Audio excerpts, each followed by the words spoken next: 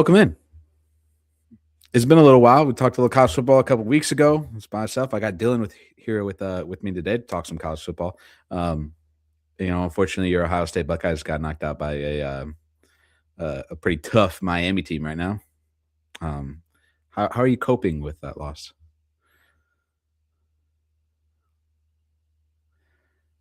I think you're muted. Are you muted? Is that better? Yeah. I mean, it is what it is. The defense was just really good. Yeah. If we would have played, I ain't gonna lie. If we would have played how we did in the second half and the first half, we would have destroyed Miami. I mean, we would have crushed them. But what ifs only count hand shoes and horse grenades. That's true. Hand grenades, And horseshoes grenades. and hand grenades. Yeah. So, Going backwards. I mean, we just didn't play well. Their defense played really good. That front five, that front four, front five. The Their front defensive seven. line, that defensive line, Yeah. their right edge. If you're from the quarterback position, their right edge, his name's like Bond Jr. Yeah. Number 8. I think, dude, that guy is just a freaking animal. There's a couple times he just suplexed Julian Sane, like literally, it looked like he just picked him up and threw him backwards. So Yeah. they pressured the quarterback really well. But the problem is, though, is like if you take away the defense, right? This is not an Ohio State fan trying to cope. That offense Miami's offense was horrendous. Yeah. If it wasn't for that run game moving the ball, they were not doing anything. Like Carson Beck was freaking terrible. I don't care what anybody says. He was able to manage the game. That's great. That's all you need. But their defense and that run game saved them. And their defense saved them because their defense, that whole first half, literally the first 2 quarters, I think we had like nine passing yards or 9 total yards or something along those lines. Yeah, it was low. I think we had like 9 passing yards, I think. 9 passing yards, I think, total for the first half. So without that defense, Miami gets crushed. Carson Beck needs to figure something out because he could not move the ball himself. He had some good passes, he had some good looks, whatever, but like the competition's only going to get harder. Like it's not like it's going to get significantly easier. So Right. He's really lucky that their running back was able to move the ball. He had success on the ground, and he's really lucky that their defense and that front seven was able to really lay the hammer, especially in that first half on Ohio State, because that offense could be a serious problem going forward, especially when you're playing Ole Miss. So yeah, that's fair. And on all sides of the ball, we couldn't move the ball offensively for the whole first half. Our defense played great. I mean, I cannot hate on the defense, period.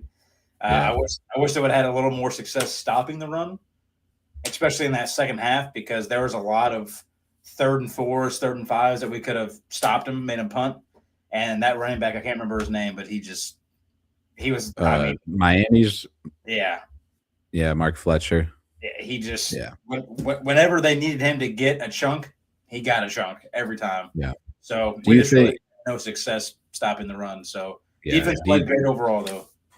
Do you think that the Ohio State's running game obviously didn't have? I mean, we know they had their wide receiver core is solid.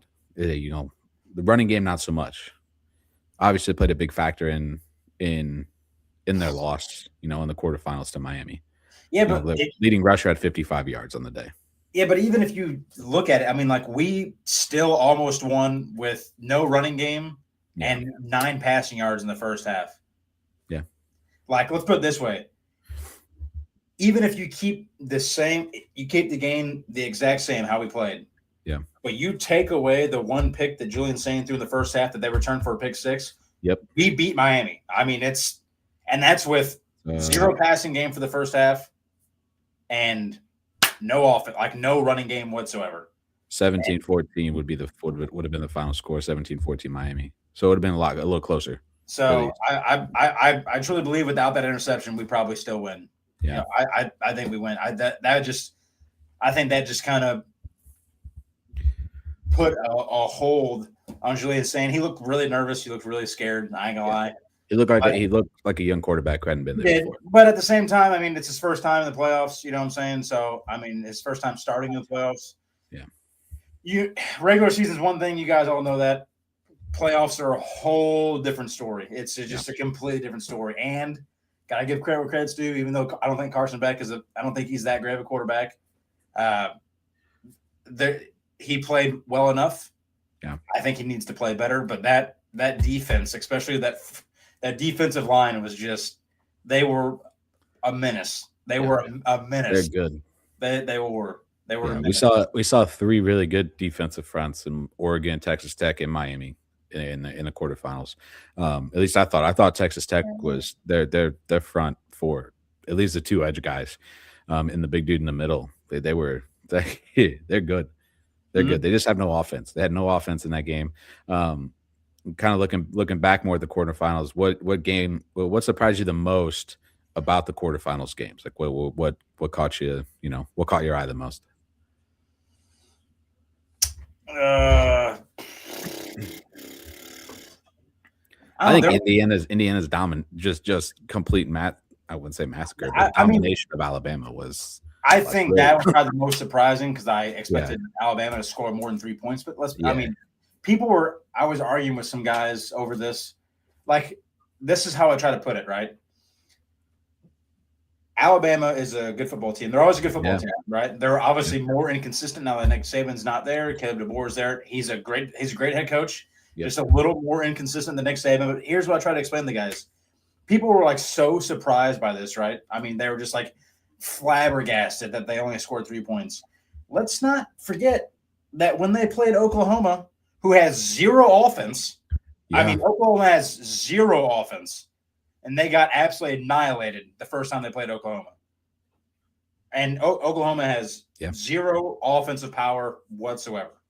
So Alabama does this, dude. Like they do this with teams that they probably should beat, right? I mean, they did it against Oklahoma. They almost lost against Oklahoma the second time. I mean, it was how they managed to come back and beat them. I don't know. 17-0, and that's because Oklahoma has no offense. They could not score anymore after they got rid of all that firepower. They could not score anymore. Yep. I mean, they did it to Oklahoma. They almost did it twice to Oklahoma. Got blown out. They got blown out by Indiana. Last year they had that loss to Vanderbilt when they should have won, and they let Vanderbilt come back on them and beat them. They've been blown out by Georgia, but then you look back on it and then they'll put up 38 points on Georgia. Yeah, they lose games that they shouldn't. So I think I was a little surprised because I expected them to score more than 3 points. Yeah, me too. But at the same time, I mean, I'm kind of not surprised that they got absolutely hammered.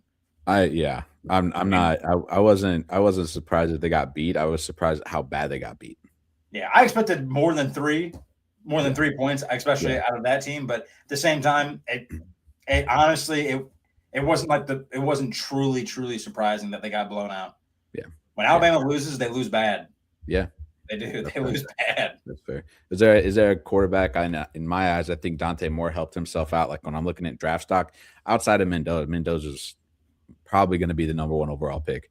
No, without a doubt. It's not even. Is there a quarterback that helped themselves out more? I mean, you could say Dante Moore. You can say Chambliss did a lot too for his draft stock.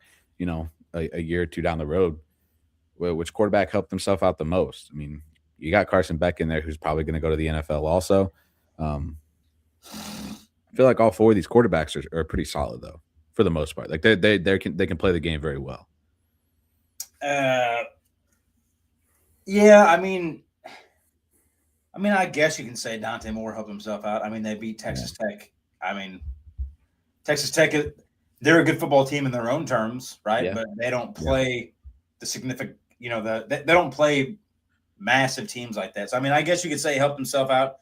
I mean, I don't know. I mean, I guess I think Chambliss probably helped himself out the most in my eyes.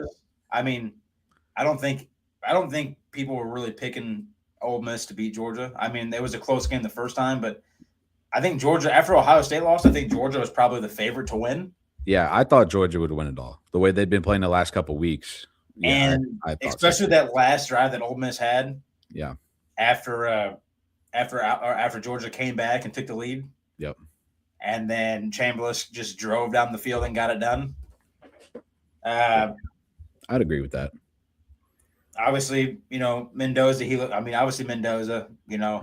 He looked phenomenal. So I mean, Yeah. I would like to say he helped himself out the most, but it's hard to help yourself out whenever you're going to be the number one overall pick. So Yeah, that's I true.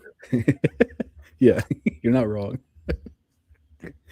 No, you're not wrong. I think I like I like Chamberlain. I think he had a heck of a game. mhm. Um, from even the start of the game, I mean they were throwing the ball um, all over Georgia for the Oh most yeah, part.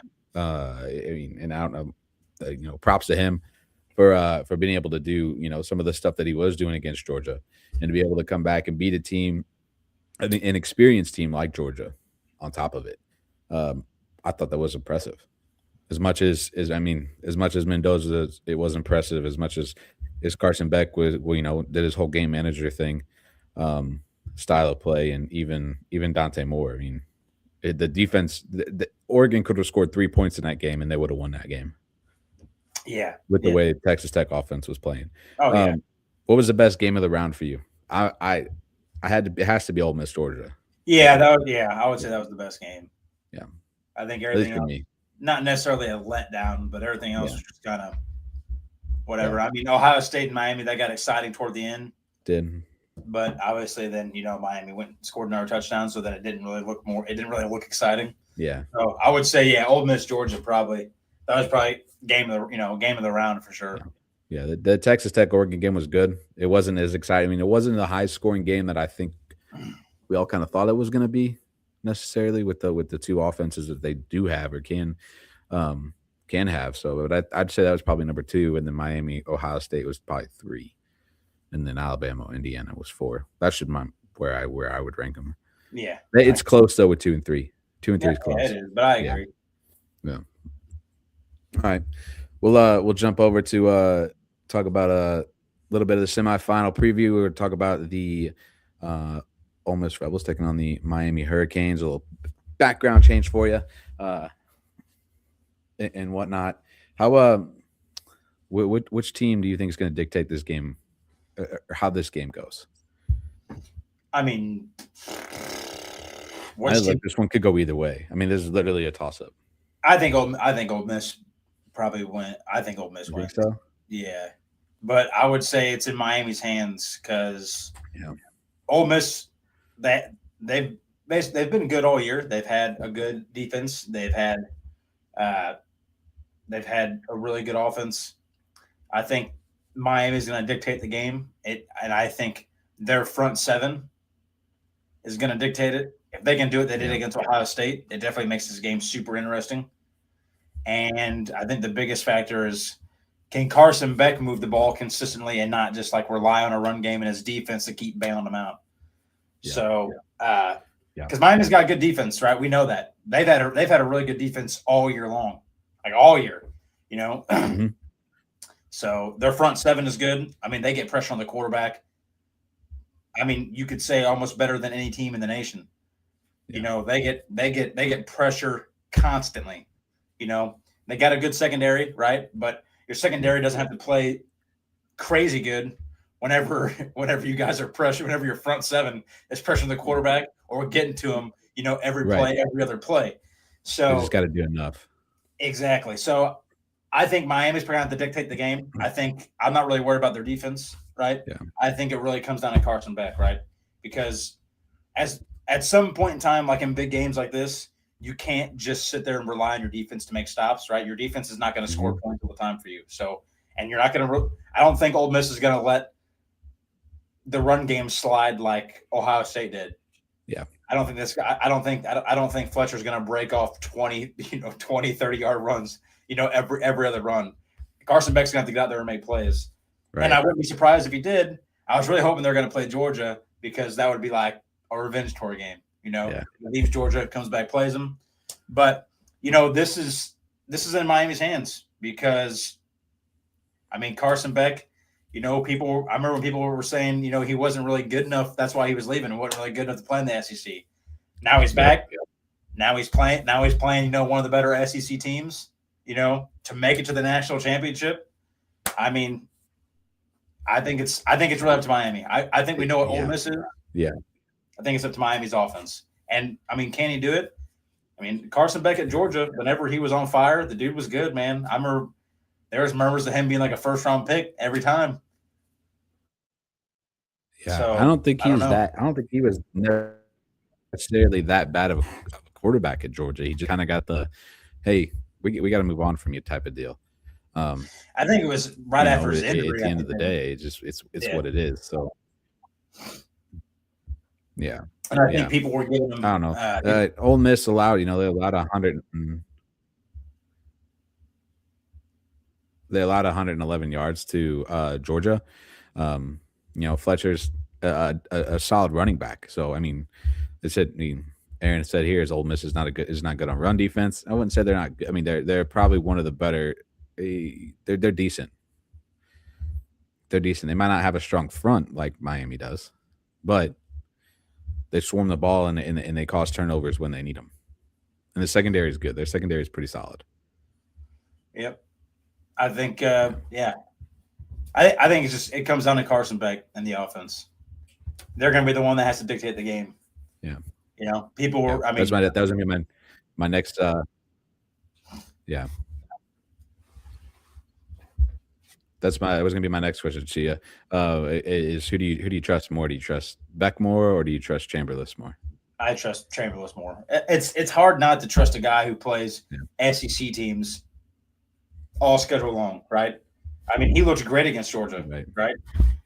I trust Chamberlain more. I think if you're just looking at those two, right, you take everything out of the equation. I think Chamberlain is slightly a better quarterback. I think I trust him more. I think Beck is just a little inconsistent. But like I said, just not too long ago, Beck wasn't terrible when he played at Georgia. So when he's good, he's really good. Yep. So I think it's just I trust Chamberlain more, but I wouldn't be surprised if Beck's got a lot to prove. People were saying that he left Georgia in the SEC because he couldn't handle it. People are giving him a bunch of flack for that. So he's got a lot to prove, man, and he likes to win. He gets fired up when he starts winning. So I don't know. I trust Chamberlain more. Yeah, I agree. Yeah, I agree. I think I put my trust in Chamberlain a little bit more than Beck. I think we've seen games where throughout the season where Carson Beck has been more up and down than Trinidad has been throughout the season. I thought Trinidad obviously didn't start the season. It was Simmons who started the season at Ole Miss, and Chamberlain is the guy who's got them to where they are now. So I would agree. If I had to put a guy in a situation, for example, like last, in the quarterfinals against Georgia, you need a game winning drive, right? I'd put my trust in Chamberlain to get that done. Yeah, listen, no offense to Beck, right? But 138 yards is probably not going to cut it. No, against an Ole Miss defense. No, Georgia had like 350 yards plus as a team. Still, Chamberlain had 362 yards, 2 touchdowns by himself, just in the air. Carson Beck had 138. He did not play. He did not play good. No. He did not play good. It wasn't great. It was enough to get it done. His run game saved him, right? Fletcher had 19 carries for 90 yards, right? Some touchdowns. That defense bailed him out. Yeah. That defense bailed him out. Yeah. No offense to Miami's defense, right? But a defense can only do so much for you. Yeah. I think Miami, they'll get a couple stops, they'll get a couple, not necessarily interceptions or fumble recoveries or anything, but I think they'll get a couple 3-and-outs, on Ole Miss. It's bound to happen in a game like this. You know, it's a high pressure game. Everyone's gonna be feeling the pressure. I mean, Miami's defense is gonna go out. They're gonna do their thing, right? You know, they're good enough, right, to say when someone's good enough like that, they're gonna get theirs, right? But I don't think that they're gonna have the same success against Ole Miss as they did against Ohio State, especially in the first half. I don't see Miami coming out and holding Chamberlain to like 9 passing yards in the first half. I don't see that. Yeah. So Carson Beck is going to have to do more than 138 yards and a touchdown. Yeah. He is, right? He is. He's going to have to do more. I don't necessarily know how much more, but I think he needs a couple touchdowns. Oh, yeah. And I think he needs a little more than 138 yards, right? Yeah. Now, if Miami's defense can go out and get a turnover, score some points on a turnover, I mean, then that 138 yards might work, especially if you can manage it, game manage it. Yeah. Then that might be all right. But I just don't think it's going to be that type of game. This could be a shootout. So Carson Beck, it's Rex Grossman. Yeah. I mean, realistically, yes. I mean, he has good moments, right? Yeah. He has good moments, but that's just not going to fly against the Ole Miss defense. You need more than 138 yards. You need it. Yeah. And I agree. I think the defense is not, that was my one of the questions that I had prepped for today is like, can Miami's defense do that again, or is it going to be a shootout for Ole Miss? I think they can do it again, but at the same time, they're not going to have the same. They're not going to hold Chamberlain to 9 yards in the first half. Yeah, like if Ohio State's offense this year hasn't been the big firepower as it typically has been. Julian's saying, he had the same type of numbers as Mendoza did as far as passing yard. He had more passing yards going into it, I believe. So, I mean, they started off slower in games, and you saw that in the quarterfinal game. But the passing game was still great. The run game was bad, right? We didn't have a significant run game like we have had the past few seasons. But if someone would have told me Miami's defense is going to hold Julian Sain to 9 yards in the first half, passing yards or whatever, honestly, that would not have necessarily surprised me. Yeah. First year quarterback into a big game, right? I mean, this is a high pressure game, right? Yeah. And he's kind of crumbled in some high pressure games already, right? He kind of crumbled against Indiana, right? He played better in the second half, but what happened in that first half? He crumbled. Yeah. Michigan, he played well. First offensive possession for Ohio State, he throws an interception immediately, like second pass. Yep. Julian Sain kind of crumbled under some pressure this year. So I probably would have said that'll never happen. But in the back of my head, I don't think that would have surprised me if someone would have said Julian Sain's not going to be able to move the ball at all the first half. Yeah. Right. But now we're not talking Big Ten anymore. We're not talking teams that play a couple good teams and then play a bunch of nobodies. We're talking an SEC team that plays rough schedule, like rough teams all year long. It's not going to happen 2 games in a row. Miami will get their stops, they'll get some stops. They'll get some third and outs. They might even get a turnover. But 9 yards in the first half, that is not going to happen. Yeah. That's not going to happen. So I don't think the 138 yards and 1 passing touchdown and 90 yards rushing, that's not going to win you a football game. It's just not going to win you the football game. It's not. That's fair. I mean, I'm not disagreeing with that at all. I'm not. I think if their defense can do enough to put a stop to one aspect of the Ole Miss offense, I think they have a chance. But this Ole Miss team is a little tougher than they are. Than I think Texas A&M was. I don't think Texas A&M was as highly touted as they had been out throughout the season. Super inconsistent. But it is what it is. So what do you think? What do you think here? I mean, I'm picking Ole Miss. I think Ole Miss gets a win. I think I'm thinking more like a 35-24 type of game.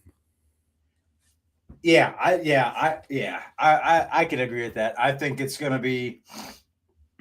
I think Ole Miss wins. I think they probably win by at least a touchdown. I think it's kind of like a similar Miami to Ohio State game. 10-point game at the end of it. But at the same time, this is also one of those games that everyone's kind of looking down on Carson Beck because he was kind of ass against Ohio State, right? He was not very good.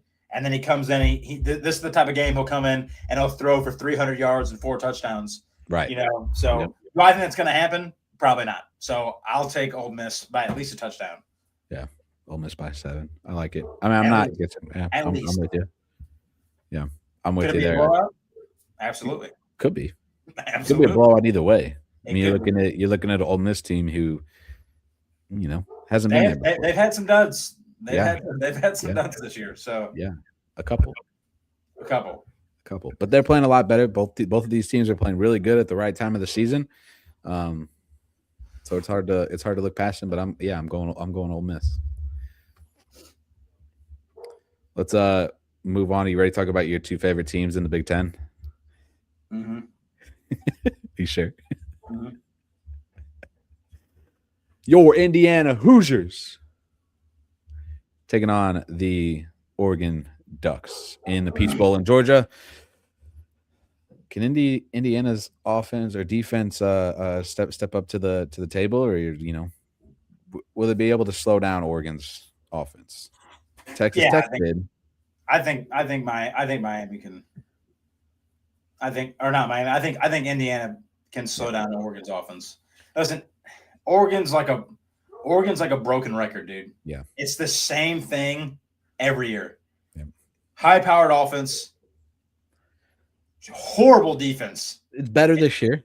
It's better, but it's still not good. Yeah. Like, no offense, but like JMU comes in and they put up like 26 or 30 points, whatever. Like they put up almost over 400 yards of offense. Like that's horrendous. Yeah. That is so bad, bro. And people are gonna say, well, the game was out of hand at that point. It may have been, but nonetheless, you let JMU come in and put up almost 500 yards of total offense against you. Yeah. That's ass. I'm sorry. That's terrible. That's horrendous. You're not playing a JMU anymore, right? You're playing the best quarterback in the country. You're playing a top 5 offense in the country. The best team in a top 5 defense in the country. You're playing a top 5 team in every category, and the number one. And I'll say it, coming from Ohio State, he's the number 1 quarterback in the country right now, hands down. Not even close. Yeah. It's not close. Even if you take the Heisman away, even if he doesn't win the Heisman, you take that away. Still the number 1 quarterback in the country. It's not close. He is. Yeah. God, I hate saying this. He reminds me so much of Aaron Rodgers. It's kind of retarded. The dude has massive throwing power. He has great football IQ, and he doesn't necessarily have to use his legs all the time. But like you look at Aaron Rodgers in his prime, that dude, if there was nowhere to go, people underestimated his legs. Aaron Rodgers in his prime could run the ball, dude. He was kind of quick. He was kind of quick, and that's what made him so good, dude. Is he had great football IQ. He had great zing on the football. He had great accuracy, and people always underestimated his legs. I mean, for Mendoza, he's the same type of QB.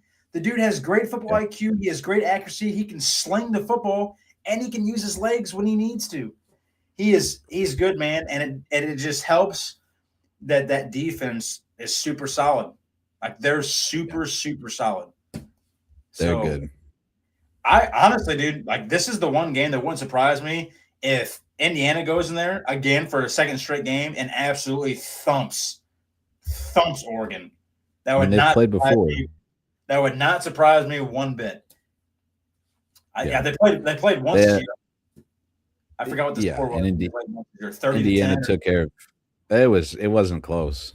So if I remember right, it's just Oregon just like this guy said down here, Aaron. Their DBs are depleted, dude. They're bad. They're bad. Oregon has a bad defense. They always do. It's a broken record. It's not great, but Texas Tech had 4 turnovers in that quarterfinal game, which obviously doesn't help the case. They had 3 interceptions. I think is what he was. 2 interceptions and 2 fumble recoveries. But you're also playing a team that doesn't play teams like Oregon. You know what I'm saying? Yeah. Like there is a skill gap there. Yeah, there was 2 touchdowns technically scored in this game. One was 16 seconds left in the fourth quarter, so I'm not even going to chalk that up for a touchdown. And for people who say Texas Tech is like so great, right? There's a skill gap there. I mean, look at Boise State, right? Yeah, they smashed everybody in their division, right? Everybody they played, they absolutely smashed. They go in, who they play? Penn State first game? After the bye. Yeah. And they got absolutely freaking thumped. Yep. So, I mean, there's a skill gap when you don't play teams like this. Yeah. And Oregon has a high-powered offense. That they have a good enough offense where if their defense can just get like 1 or 2 stops, like they can put up 40 points on you pretty quick. Yeah, like there was a cornerback, and you talked about the defensive backs are depleted, but there was a cornerback for Oregon and Brandon Feeney Jr. He's number 4. Guy had a heck of a game. He had 2 interceptions, 6 tackles, 4 solo tackles by himself. Their linebacker, they're 2 linebackers. I think they're linebackers. With Thiemann and Boucher, they look like linebackers. But then you have Tutoya who had a pretty decent game. Not a great. I mean, enough to, again, it was enough to get a win against Texas Tech.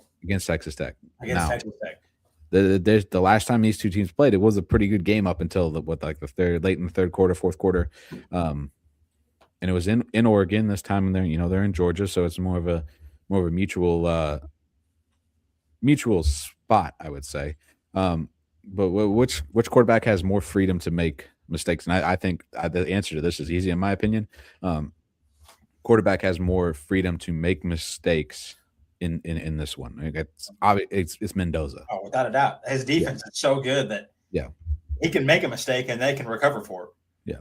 You can't say the same thing about Oregon. Can they get a stop? Absolutely. I'm not saying that they're like the worst defense, but if he goes out and throws 2 picks, that's probably game. It's probably over. Moore goes out and throws 2 interceptions. I promise you, especially if they're early, they're losing the football game. Yeah, it's inevitable because that offense is so good for Indiana. Yes. Like they're going to score points. Mendoza's going to score, and then I think they have that wide receiver. I think his name's like Sara or number 13. Yeah.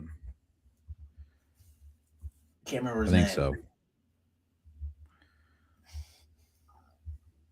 Oh, come on now. But that guy is – him and Mendoza together are fantastic. So – and Indiana has a decent running game as well. They threw for 400. Yeah. I mean, Mendoza's got more room to make mistakes. Sarrett. Yeah, Sarrett. Yeah, that guy's good, dude. Elijah Sarrett. He's very good. Yeah. He wasn't even the leading receiver on the day either. Yeah. That's crazy. So he's got more freedom to make mistakes. Significantly more freedom. Yeah. Yeah. When I saw that question, I was like, that's an easy one. Oh yeah. To put in there. Overall, Indiana's they're a good team. They put together. They're very solid. They're very disciplined. They're very sound offensive and defensive team on everywhere. They don't make a lot of mistakes throughout the games, either side of the ball. Like most disciplined team, the least penalized team in all of college football. It's going to get you right exactly where you're at right now. Yep. It's the semifinals of the college football playoffs, and why they've had such success over the last 2 years, because they do things the way they need to do it. On the coaching side of things, who has more pressure? Is it Cignetti or is it Dan Lanning? Lanning. You think Lanning's gone if they lose this game? I mean, it depends what type of game it is. If you get absolutely freaking blown out, there's probably talks. I mean, it's almost like the talk with Ryan. It's almost like the talk with Ryan Day, right? Yeah. So before he won his national championship last year, the talk was like, I'm happy that you're going 12-0 in the regular season, but whenever you play Michigan and then you lose and then you don't get to the Big Ten championship and then you go to the playoffs and you get knocked out the first round, like that's not doing anything. Winning in the regular season is great. Going 12-0 is great. Winning a Big Ten championship, sure, that's great. But no one gives a hooey about it, right? Yeah. Your main goal is a national championship. Right. So you get knocked out the first round, then what's the whole point? I mean, what's the point of that? So there was a lot of talks like maybe he's gone, Yeah. but then he won his national championship, obviously, and the talks were thrown down. But Lanning's he's been there like just like Ryan Day. They always win, right? He's won some Big Ten championships. Yeah. But I mean, at the end of the day, if you're not making a run at a national championship, Regularly. Yeah. I mean, in a division where you play nobodies, Yeah. right? Literally the best teams you play at Penn State, terrible, right? Michigan, horrendous. They'll be better. Horrendous. They're terrible. When your best teams are Ohio State and Indiana, right? Yeah. And you play nobodies the rest, and you didn't even play. They didn't even play Ohio State this year. No, they did not. Neither of these teams did. We played Indiana in the Big Ten championship and lost. Well, yeah. But, I forgot about that. Obviously, I mean regular season. When you don't play the best teams in your own little conference, then and you're not making a run like you said regularly, then there's going to be talks you being gone. Yeah, and I think we're at a point now in his career where you're not making.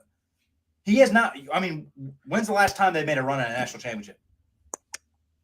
Since he's been there. I don't think they have. I mean, they're in contention every year. They're contenders every year, but they don't ever get there.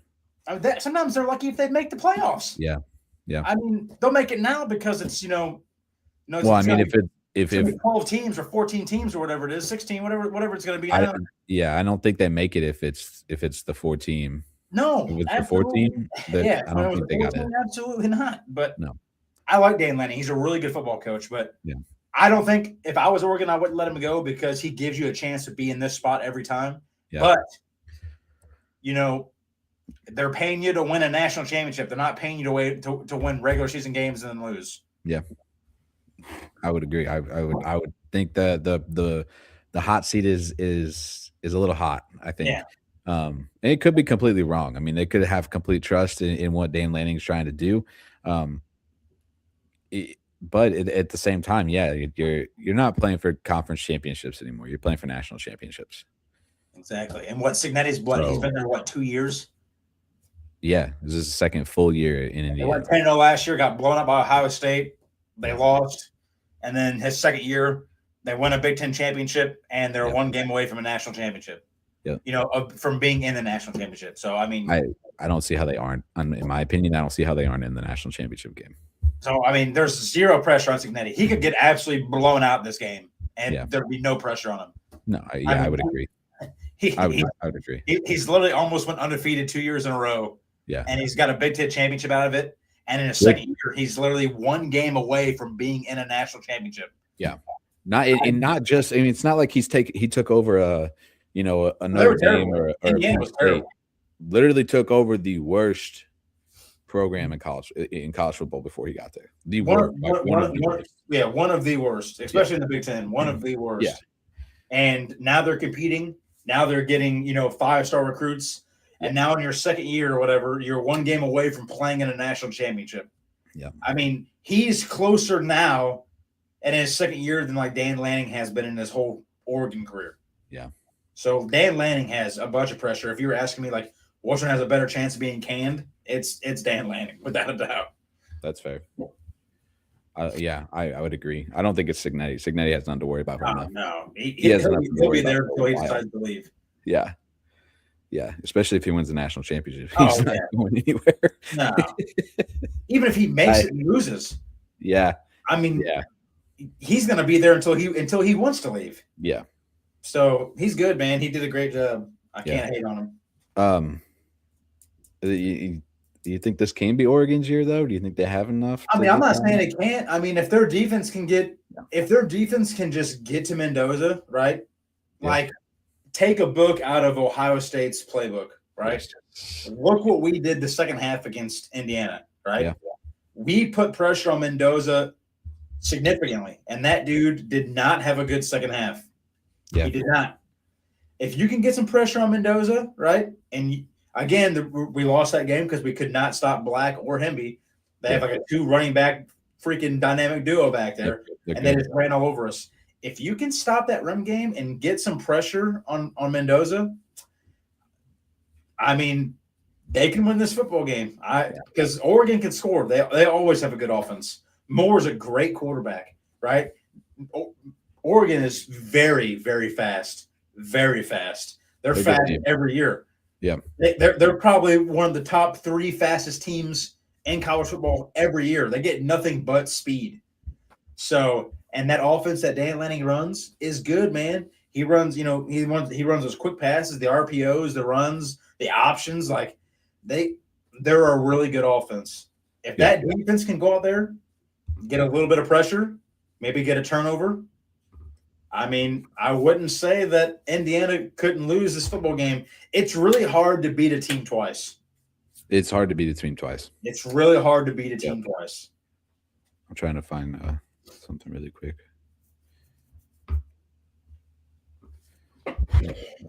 No, that's not what I want. Yeah, I'd agree. It's hard to beat a team. It's hard to beat a team like Oregon once. It's hard to beat them twice. It is. But Indiana, if there's anybody who can do it, it's Indiana. The way they're playing right now, I would agree. Oh, without a doubt. Yes. That they have the best opportunity to beat Oregon. We wrap things up here. I got a few more questions. Which game has a chance of being an instant classic? I think it's this one. Yeah, it's this one. I think Miami's game. I think that has more of a chance to be an absolute blowout. Yeah. Right, than this game. I feel like this game, it's just set in stone. You know what I'm saying? 2 Big Ten teams. Yep. They've already played once, playing again, right? You got a really good defense and offense against a mediocre defense and a really good offense. Yep. I mean, this could be an instant classic. I'd agree. That's why I'm kind of looking at some of the things today. I think this one has the better chance of being that instant classic, the one that everybody goes, do you remember that Oregon Indiana game from, the college football playoffs a couple of years ago, how great it was, how good, both the quarterbacks played, just the energy of the game. I think this one has that opportunity too, to be that. I'm gonna ask you this: what's your national championship prediction? I got Indiana and Ole Miss. Yeah, I got Indiana, Ole Miss. Yeah, it's tough. It's tough to look at these two teams that are playing pretty good football right now. But I mean, it wouldn't surprise me. I mean, I would not be surprised to see an Oregon Ole Miss. I think that would be a heck of a, that would be a pretty good national championship game too. I wouldn't be upset with it. No, yeah, it'd be cool to see a couple teams that we've never seen in there. So yeah, none of these teams, and it's been years since any of these teams have been to a national championship. Some of them have never been to a national championship. So that would be a cool thing to see. I agree. I'm not gonna lie. Which one word to it's a quick rapid fire question. So less than 10 seconds. Which what will give me one word to describe the semifinals? One word to describe the semifinals? Yeah. I think it'll be electric. Electric. Yes. Yeah, I like that. I think both these games are going to be really good. Yeah. And I think for the first time, I think we have a chance to see like a shootout. Yeah. Like both games. I think both games could really turn into like forth. Yes, I could see it. So I'm excited for that because I like games like that. Yeah. I like games where you're like, oh my God, that team's out of it. And then all of a sudden they drive 90 yards down the field and score a touchdown. It's a tie game. There's like right. Left. I like kick the game winning field goal or anything on that order. That'd be yeah. So I like that word, electric. Things that make you stay on your feet throughout the whole game. Watch it. For me this year, as much as I've watched the NFL, college football has got me more excited during games than the NFL has. There hasn't been an NFL game this year that I've been like, wow, that was awesome. For me, there was when besides the Bears being back and beat the Packers. Yeah. I was screaming in the house. I woke the whole house up. I was screaming. Yeah, so, they get to play for a third time this coming Saturday. That'll be at Soldier Field, 8 p.m. Yeah, that'll be a fun one. No, yeah, I like games. I like football games that they get your heart racing. Yeah. Like, even if you don't like the teams, like your heart is just racing because you're like, dude, this is crazy. Like, Yeah. This is a back and forth. Like, you get your heart racing because you just don't know what's going to happen next. So I think you're right. I think electric is a good word. Electric, yeah. I like it. It's why not? Why not?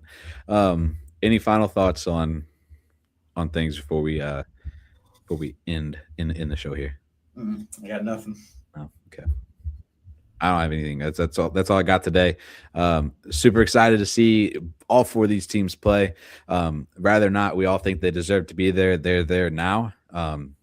So it's just be excited to watch these games. Both these games are going to be. They should be good. You got four really good quarterbacks that are going to battle it out for a chance to play for a national championship.